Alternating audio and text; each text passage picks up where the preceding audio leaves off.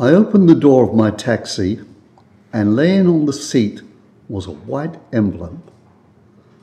I was shaken as I opened it. I knew what it was. The note said, "We will deal with you when we get you over the other side."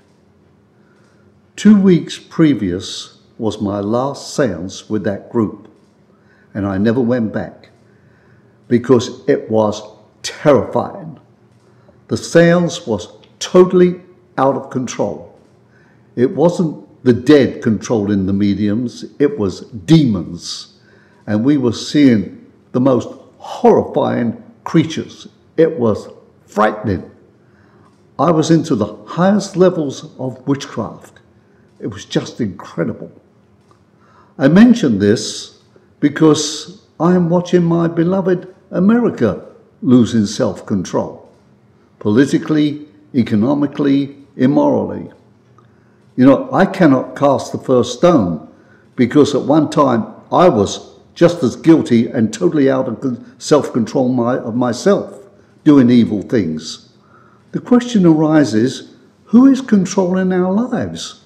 Why do we do evil things? The Apostle Paul answers that question in Ephesians 6:12. He tells us our fight in this world is not against human beings, but against principalities and powers and rulers of darkness. There is a spirit world of demonic power. On the other hand, there is another spirit, the Spirit of God. And we have to decide who. And Galatians 5:19, Paul goes on to tell us about the acts of the sinful nature. They're obviously sexual. And he tells us the acts are immorality, impurity, debauchery, idolatry, hatred, witchcraft, selfish ambition, drunkenness, orgies, and on and on and on. However, there is a fruit of the Spirit too, which he talks about in Galatians 5:20.